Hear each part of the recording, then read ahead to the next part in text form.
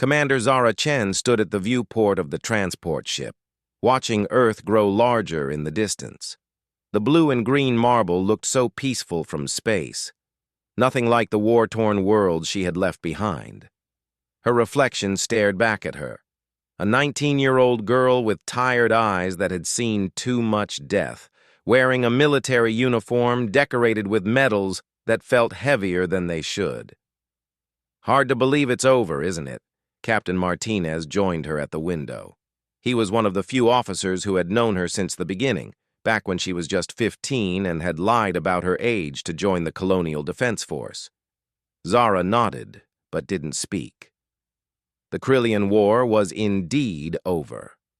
After 4 years of brutal fighting across 12 star systems, humanity had finally pushed back the alien invaders.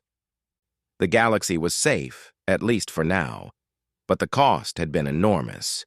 She remembered her first battle on Kepler 442b. The Krillians had landed in massive dropships, their insect-like bodies gleaming in the alien sunlight.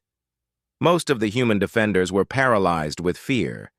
These creatures were 7 feet tall, with razor-sharp claws and armor that could deflect most human weapons.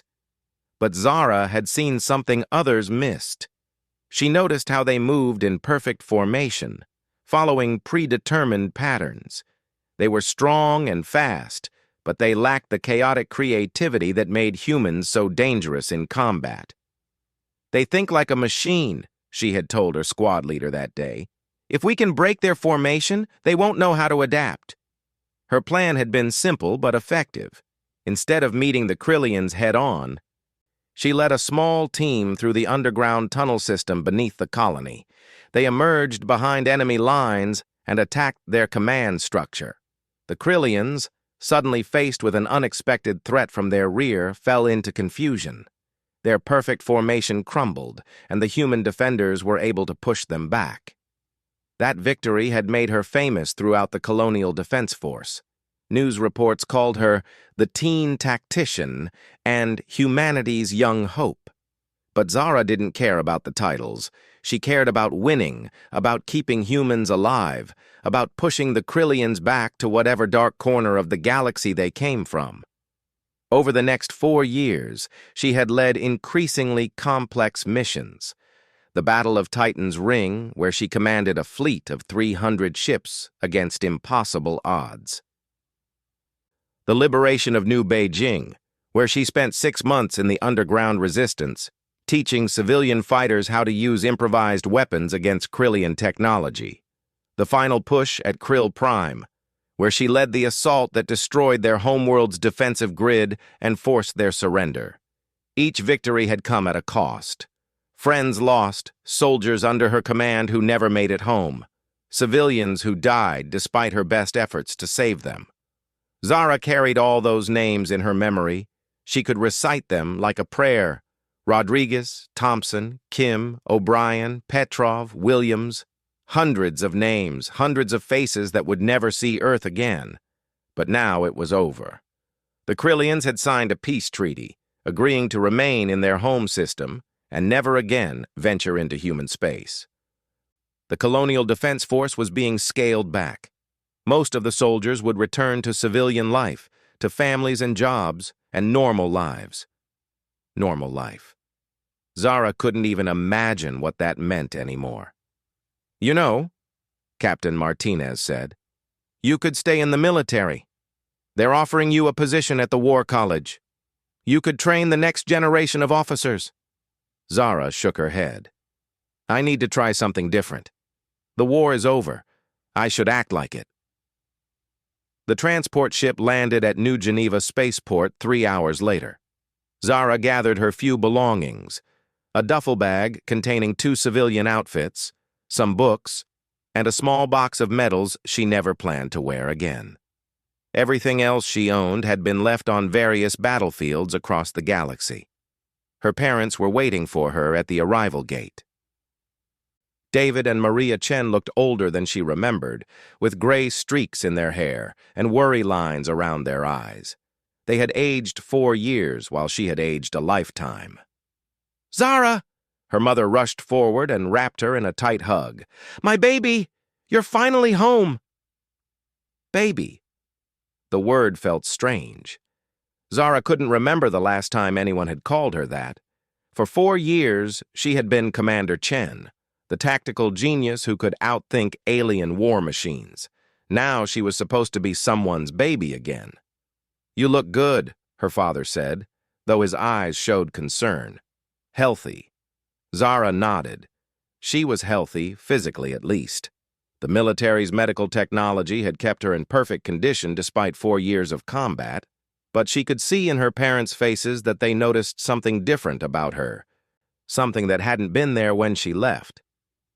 They drove home through the streets of Denver, past shops and restaurants and normal people living normal lives.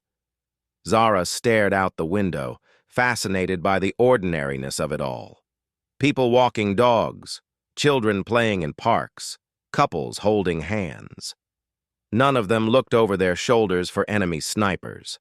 None of them calculated escape routes or checked for improvised explosive devices.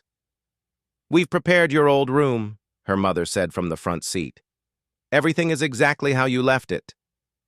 Zara's room. She remembered it vaguely. Pink walls, stuffed animals, posters of boy bands she used to like. That girl felt like a stranger now, someone she might have known in another life. The house looked smaller than she remembered. Everything looked smaller. Her parents led her upstairs and opened the door to her childhood bedroom.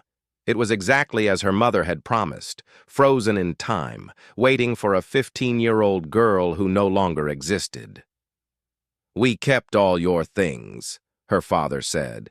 "Your books, your music, your art supplies. We thought you might want to pick up where you left off." Pick up where she left off. Zara almost laughed. Where had she left off? Calculus homework? Worrying about prom dates? Complaining about curfew? Those problems belonged to someone else, someone who had never seen a Krillian disruptor weapon tear through human flesh, someone who had never made decisions that meant life or death for thousands of people. "This is perfect," she said, because it was what they wanted to hear. "Thank you." Her parents left her alone to unpack, promising that dinner would be ready in an hour. Zara sat on her old bed and looked around the room. Everything was clean and carefully preserved, like a museum exhibit dedicated to a girl who had died 4 years ago. She opened her duffel bag and took out her civilian clothes. 2 outfits, jeans and t-shirts that the military psychologist had recommended for reintegration into civilian society. The clothes felt strange against her skin, too loose and informal after 4 years of perfectly fitted uniforms. On her desk, she found her old journal from high school. She flipped through the pages, reading entries about crushes and test scores and friend drama. The handwriting looked like hers, but the concerns felt alien. "Sarah is being such a drama queen about the spring dance," one entry read. "I swear, sometimes I think she creates problems just to have something to complain about." Problems. Zara closed the journal and put it back on the desk. She had learned a lot about real problems over the past 4 years. Her phone buzzed with a text message from her old friend Emily. "OMG, Zara, I heard you're back. We have to get together soon and catch up on everything. College has been amazing and I have so much to tell you." College. Zara had forgotten that her former classmates had been living normal lives while she was fighting for humanity's survival. They had been studying and partying and dating and stressing about grades.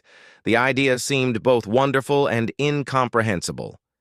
She started to reply to Emily's message, then stopped. What would she say?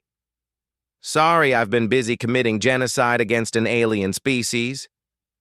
I've been a little tied up with interstellar warfare." There was no way to bridge the gap between their experiences. Instead, she put the phone away and went downstairs for dinner. Her parents had prepared her favorite meal from childhood, spaghetti with meat sauce, garlic bread, and a Caesar salad. They sat around the dining room table just like they used to when she was in high school. But the conversation felt forced, careful, like everyone was walking on eggshells.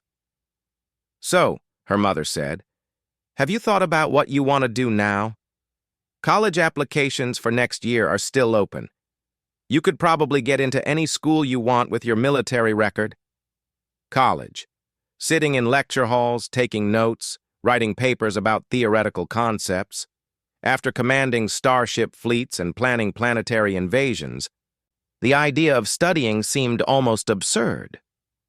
"I'm not sure," Zara said. "I might take some time to figure things out."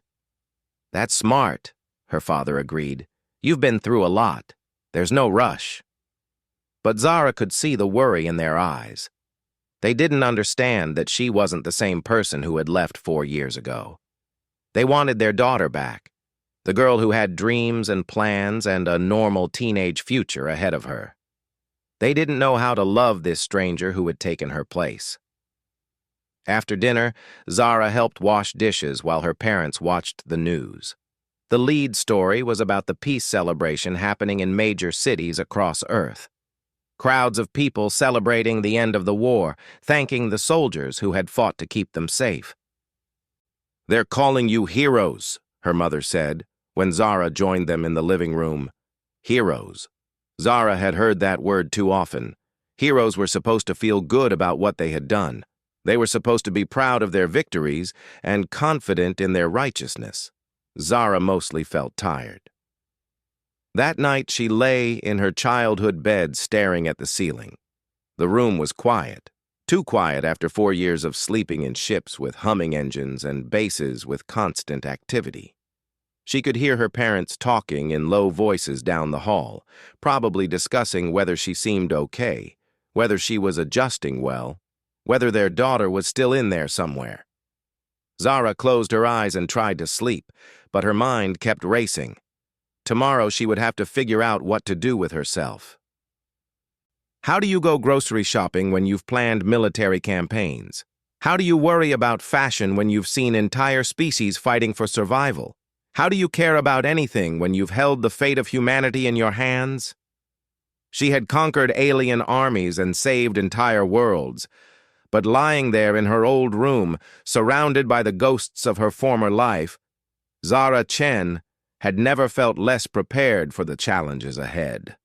3 months after returning to Earth, Zara Chen stood in line at the campus coffee shop, holding her student ID card and trying to blend in with the crowd of college freshmen around her. At 19, she was the right age to be starting university, but everything about the experience felt wrong. The University of Colorado had welcomed her with open arms. Her military service record had guaranteed her admission, and the media attention surrounding her enrollment had brought positive publicity to the school. "War hero begins new battle. Higher education" had been the headline in the campus newspaper, but being famous was its own kind of problem. "Excuse me," said a girl with purple-streaked hair who had been staring at her from across the coffee shop. "Are you really Zara Chen? Like the Zara Chen who fought the aliens?" Zara nodded reluctantly. This happened at least 3 times a day. Students approached her with a mixture of curiosity and awe, wanting to hear war stories or take selfies or just touch someone who had been part of history. "That is so cool," the girl continued. "I mean, you were like 15 when you started fighting, right? I can't even imagine. What was it like killing those bug things?" The question hit Zara like a physical blow.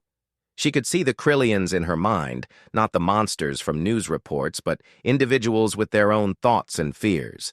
She remembered the young Krillian soldier she had found dying on Proxima 7, calling out what must have been his mother's name in their clicking language.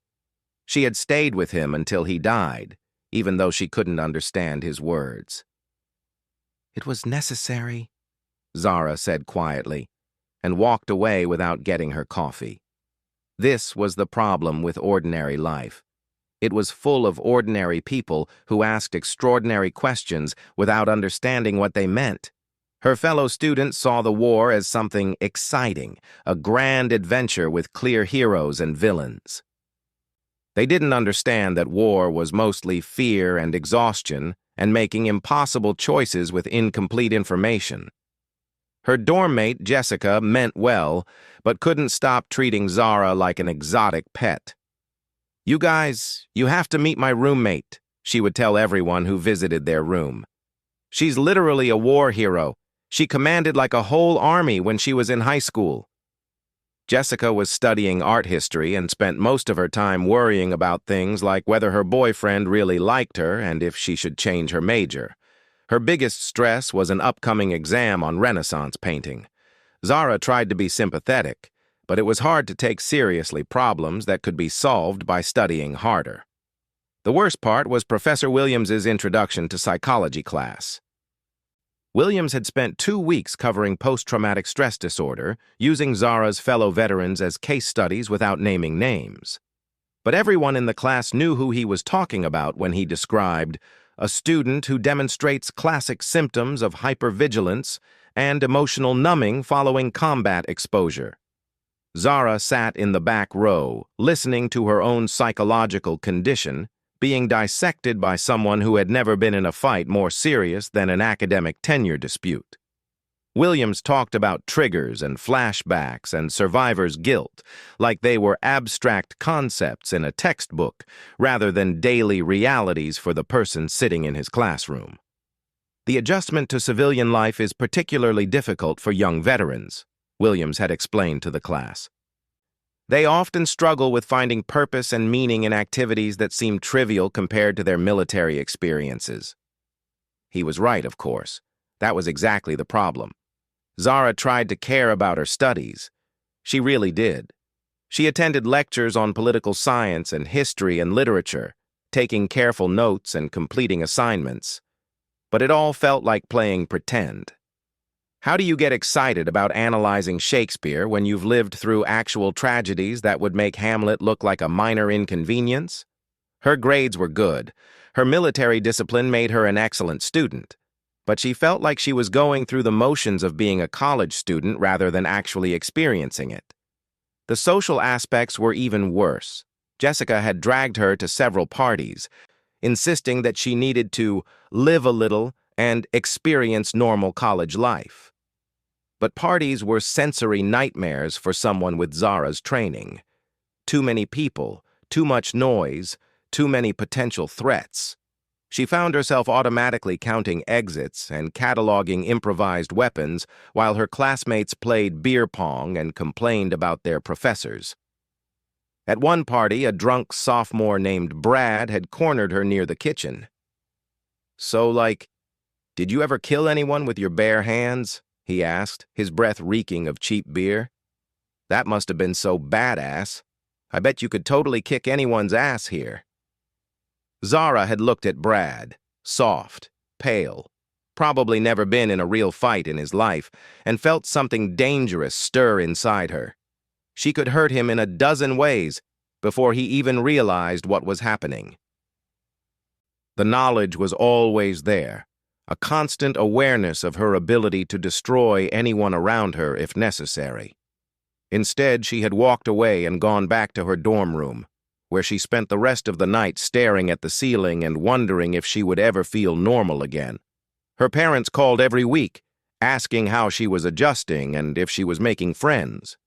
Zara told them what they wanted to hear, that classes were going well, that she was enjoying the college experience, that she was slowly getting back to her old self. They seemed relieved by these lies, and she didn't have the heart to tell them the truth. The truth was that she felt like an alien trying to pass for human. She tried dating, mostly because Jessica insisted that it would help her feel more normal. A senior named Mike from her political science class had asked her out, and she had agreed mainly out of curiosity. Mike was nice enough, smart, funny, with plans to go to law school and eventually run for office. He treated her with the careful respect people showed when they knew her history, but weren't quite sure how to act around her. Their first date was dinner at an Italian restaurant near campus. Mike had chosen a table by the window, probably thinking the view was romantic. But Zara spent the entire meal distracted by the sight lines and potential entry points, automatically assessing the tactical situation, even though she was just eating pasta with a college boy who wanted to impress her with his knowledge of international relations. "The thing about the Krillian War," Mike had said over dessert, "is that it really demonstrated the importance of interspecies diplomacy. If we'd had better cultural exchange programs earlier, the whole conflict might have been avoided." Zara had nodded politely while thinking about how Mike's theories would have held up when Krillian shock troops were tearing through civilian shelters on New Shanghai. Diplomacy was a luxury that only existed when both sides agreed to be civilized. They went on 3 more dates, each one reinforcing the gap between them. Mike was a good person with a good heart, but he lived in a world of ideas while Zara lived in a world of consequences. When he talked about political theory, she thought about dead soldiers. When he worried about his midterm exams, she remembered making split-second decisions that determined whether entire colonies lived or died. Eventually, she stopped returning his calls. It wasn't fair to either of them to pretend they lived in the same universe. The only place Zara felt remotely comfortable was the campus gym, particularly during the late-night hours when fewer people were around. She had maintained her military fitness routine, running 10 miles every morning and spending her evenings in combat training. The university had a surprisingly well-equipped martial arts facility, and Zara found herself teaching informal self-defense classes to other students. That was where she met Dr. Sarah Kim, a professor of engineering who had lost her left arm during the Battle of Titan's Ring. Kim was 15 years older than Zara and had been a ship's engineer rather than a combat officer. But she was one of the few people on campus who understood what it felt like to be broken by the war. "You know what the hardest part is?" Kim said one evening as they were cooling down after a particularly intense sparring session. "It's not the nightmares or the hypervigilance or any of that obvious stuff. It's the fact that everyone expects you to be grateful." Zara looked up from stretching her hamstring. "Grateful? For being alive, for getting to come home, for having the opportunity to start over." Kim adjusted the straps on her prosthetic arm. "They think we should be happy to trade combat for calculus, tactics for textbooks. They don't understand that some of us were good at war. Some of us found meaning in it." This was the first time anyone had put words to what Zara had been feeling. She had been good at war, not just competent, but brilliant. Her tactical innovations were being studied at military academies across human space. Her strategies had saved millions of lives. For 4 years, she had been important, necessary, irreplaceable. Now she was a college freshman struggling to care about essay assignments and social activities that felt like elaborate games played by children. "What do you do with that?" Zara asked. "How do you go from saving the galaxy to writing papers about medieval literature?" Kim was quiet for a long moment, staring at her reflection in the gym mirror. "I'm still figuring that out," she admitted. "Some days I think about going back. The Colonial Defense Force would take me back in a heartbeat. They're always dealing with some crisis or another, pirates, territorial disputes, trade negotiations gone wrong. It would be real work, important work." "Why don't you?" "Because I'm tired," Kim said simply. 4 years was enough. I gave enough. And maybe there's something to be said for trying to build a life that doesn't revolve around violence. Maybe. But Zara wasn't convinced. That night, she lay in her dorm bed listening to Jessica practice her presentation for art history class. Jessica was stressed about forgetting her talking points about what to wear, about whether Professor Martinez would ask difficult questions. Her biggest worry was getting a B instead of an A. Zara closed her eyes and remembered the last time she had given a presentation. It was to the Joint Chiefs of Staff, explaining her plan for the final assault on the Krillian homeworld. The room had been filled with admirals and generals, all of them twice her age, and with decades of military experience. She had been 17 years old, briefing them on a strategy that would either end the war or result in the deaths of everyone in human space. She had walked into that room carrying the weight of an entire species' survival, and she had delivered a plan that worked. 6 months later, the war was over. Now she was supposed to get excited about midterm grades and campus social events and whether she should join the debate team. Zara rolled over and pulled her pillow over her head, trying to block out the sound of Jessica's nervous practicing. Outside her window, the campus was quiet except for the occasional group of students walking back from the library or late-night study sessions. Normal students living normal lives, worrying about normal problems. She envied them more than they could possibly know. The crisis began on a Tuesday morning during Zara's second semester at the University of Colorado. She was sitting in her Introduction to Philosophy class, half listening to Professor Chen discuss ethical frameworks, when emergency alerts started buzzing on everyone's phones simultaneously. Massive earthquake hits Pacific Northwest, magnitude 8.9, tsunami warning issued, seek higher ground immediately. The classroom erupted into chaos. Students started calling their families, checking news websites, arguing about whether they should leave campus. Professor Chen tried to maintain order, but it was clear that no one was thinking about Kantian ethics anymore. Zara felt something shift inside her chest, a familiar tightness, like a switch being flipped. For the first time in months, her mind snapped into the tactical awareness that had kept her alive during the war. While her classmates panicked, she was already processing information, calculating responses, identifying priorities. She pulled up news feeds on her phone, cross-referencing reports from multiple sources.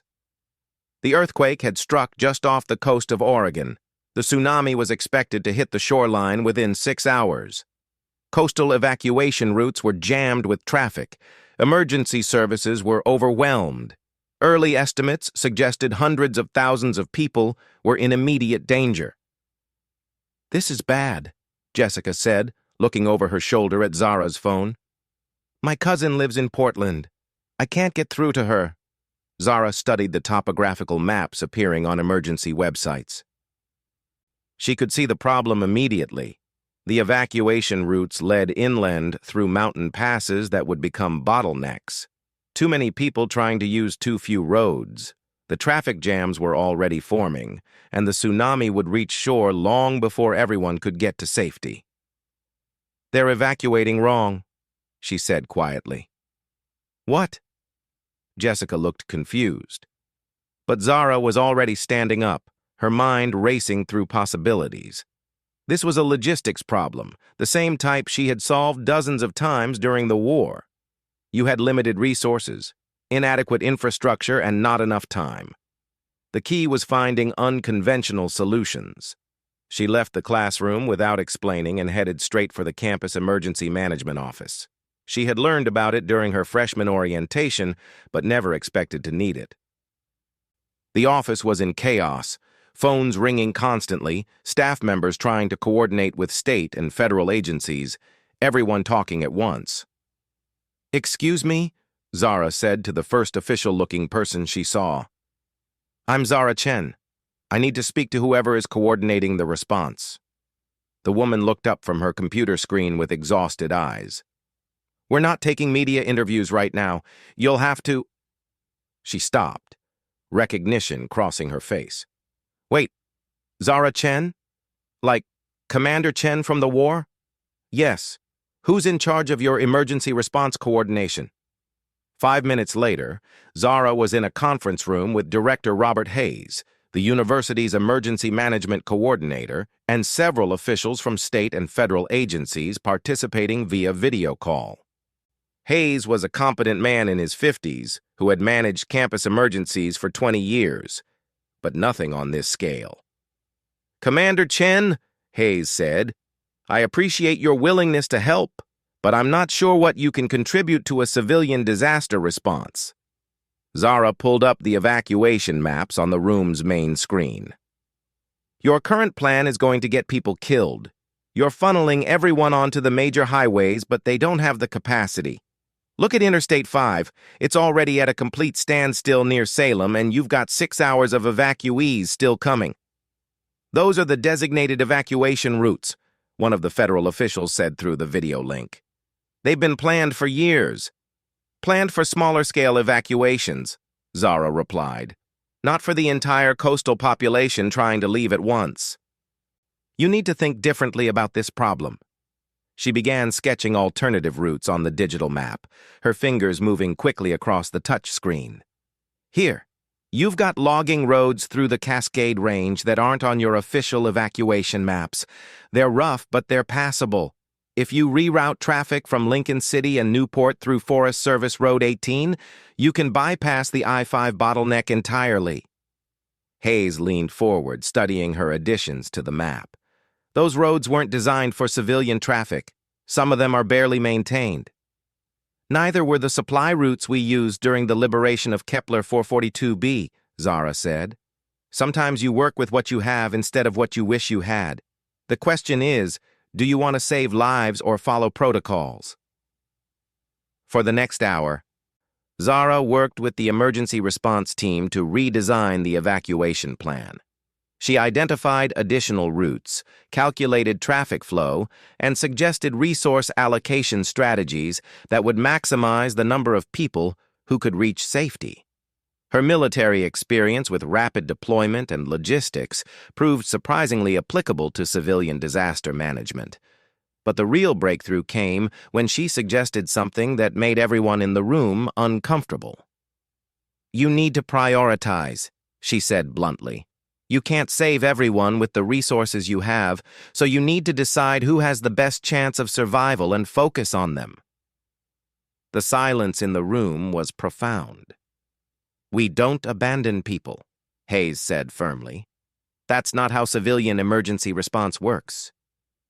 "I'm not talking about abandoning anyone," Zara replied. "I'm talking about resource allocation. You have limited helicopter evacuation capacity, limited emergency shelters, limited medical personnel. If you spread them equally across all affected areas, you'll save fewer lives than if you concentrate them where they'll do the most good." She pointed to several locations on the map. "Nursing homes and hospitals first. Those people can't evacuate on their own. Then schools and daycare centers. After that, you focus on areas where geography gives people the worst chance of self-evacuation. It's cold mathematics, but mathematics that keeps more people alive." One of the federal officials, a woman named Director Walsh, spoke up from the video screen. "Commander Chen, what you're describing sounds very much like battlefield triage protocols." "Because it is," Zara said. "Crisis response is crisis response, whether you're dealing with enemy fire or natural disasters. The principles are the same. Assess resources, prioritize objectives, execute efficiently." By the end of the day, Zara's modified evacuation plan was being implemented across the Pacific Northwest. Her unconventional routing suggestions had cleared the highway bottlenecks. Her resource prioritization had ensured that emergency personnel were deployed where they could save the most lives. Her logistics coordination had turned a chaotic evacuation into an organized retreat. The tsunami struck the Oregon coast that evening, just as predicted. But instead of the catastrophic loss of life that had been feared, the death toll was remarkably low. Most of the coastal population had reached safety using Zara's alternative evacuation routes. Emergency services had been positioned exactly where they were needed most. "Preliminary reports suggest we saved thousands of lives," Director Hayes told her as they monitored the response from the Emergency Command Center. "Your modifications to the evacuation plan made all the difference." Zara nodded, but her mind was already moving beyond this crisis. She was thinking about other disasters, other emergencies where military-style strategic thinking could save civilian lives. For the first time since returning from the war, she felt like she had found something important to do. The next morning, she was contacted by Dr. Elizabeth Warren from the Federal Emergency Management Agency. Warren was a tall, serious woman in her 40s who had spent her career in disaster response. "Commander Chen," Warren said during their video call. "What you accomplished yesterday has gotten attention at very high levels. We'd like to discuss a position with FEMA, specifically heading up a new rapid response strategic planning division." Zara sat in her dorm room, looking at Warren's image on her laptop screen. What would that involve? Applying military strategic principles to civilian emergency management. You'd work with state and local agencies to develop response plans for major disasters, earthquakes, hurricanes, terrorist attacks, pandemic responses. Essentially, you'd be doing what you did yesterday, but on a national scale. It was tempting. More tempting than anything else Zara had considered since leaving the military. But she hesitated. "Can I think about it?" she asked. "Of course. Take your time." That afternoon, Zara found Dr. Sarah Kim in the engineering building, working on some kind of robotic arm prototype. Kim looked up as she entered the lab. "I saw the news about yesterday," Kim said. "Impressive work. You saved a lot of lives." "FEMA wants to offer me a job," Zara said, "heading up strategic planning for disaster response." Kim set down her tools and gave Zara her full attention. "That sounds like it could be good for you. Important work, but not military." "That's what I was thinking. But I'm worried that I'm just looking for another way to be in crisis mode all the time. Maybe I should stick it out here. Try to learn how to be normal." "Normal is overrated," Kim said with a slight smile. "And honestly, I'm not sure you're built for normal. Some people are meant to lead during crises. There's no shame in accepting that about yourself. But what about having a regular life, a family, a home, all that stuff?" Kim gestured toward her robotic arm. "You know what I'm working on here? Prosthetics for disaster victims. My injury led me to this research, which is helping hundreds of people who've lost limbs in accidents or attacks. Sometimes our damage becomes our purpose." That evening, Zara called her parents to discuss the FEMA offer. She expected them to be worried about her taking another high-stress job, but their reaction surprised her. "Honey," her mother said, "you've seemed more alive in the past 2 days than you have since you came home. If this work makes you feel like yourself again, then that's what you should do." Her father agreed. "We want you to be happy, Zara. Not our idea of happy. Your idea of happy." "And it sounds like helping people is what makes you happy." 3 weeks later, Zara packed her belongings and moved to Washington, D.C. to begin her new position with FEMA. She kept a small apartment near the agency's headquarters and threw herself into her work with the same intensity she had once brought to military campaigns. Her first major test came 6 months later when a Category 5 hurricane threatened the Gulf Coast. Using the strategic planning methodologies she had developed, Zara coordinated the largest preemptive evacuation in U.S. history. Her team's logistics planning, resource allocation, and alternative transportation routing saved an estimated 50,000 lives. The media called it a triumph of modern emergency management. Zara knew it was simply the application of military thinking to civilian problems. The same tactical mindset that had served her well against the Krillians now turned toward protecting rather than destroying. She kept in touch with her college friends, though their lives seemed to diverge more each year. Jessica graduated with her art history degree and got a job at a museum. Mike went to law school as planned. They all seemed happy with their normal lives, their normal concerns, their normal problems. Zara was happy too, but in a different way. She had learned that for some people, happiness didn't come from peace and stability. It came from purpose and challenge, and the knowledge that your skills were being used to help others. 5 years after leaving the military, Commander Zara Chen stood in another crisis command center, coordinating response to a massive wildfire in California. Her team worked around the clock, moving resources, evacuating civilians, saving lives through careful planning and strategic thinking. It wasn't the life she had imagined as a teenager. It wasn't normal or quiet or safe. But it was hers, and it was enough. She had learned that conquering the battlefield had been the easy part. The real challenge had been figuring out how to live with herself afterward. Now, watching her carefully planned evacuation routes save another community from disaster, Zara finally understood what Dr. Kim had meant about damage becoming purpose. Her war had ended, but her mission continued.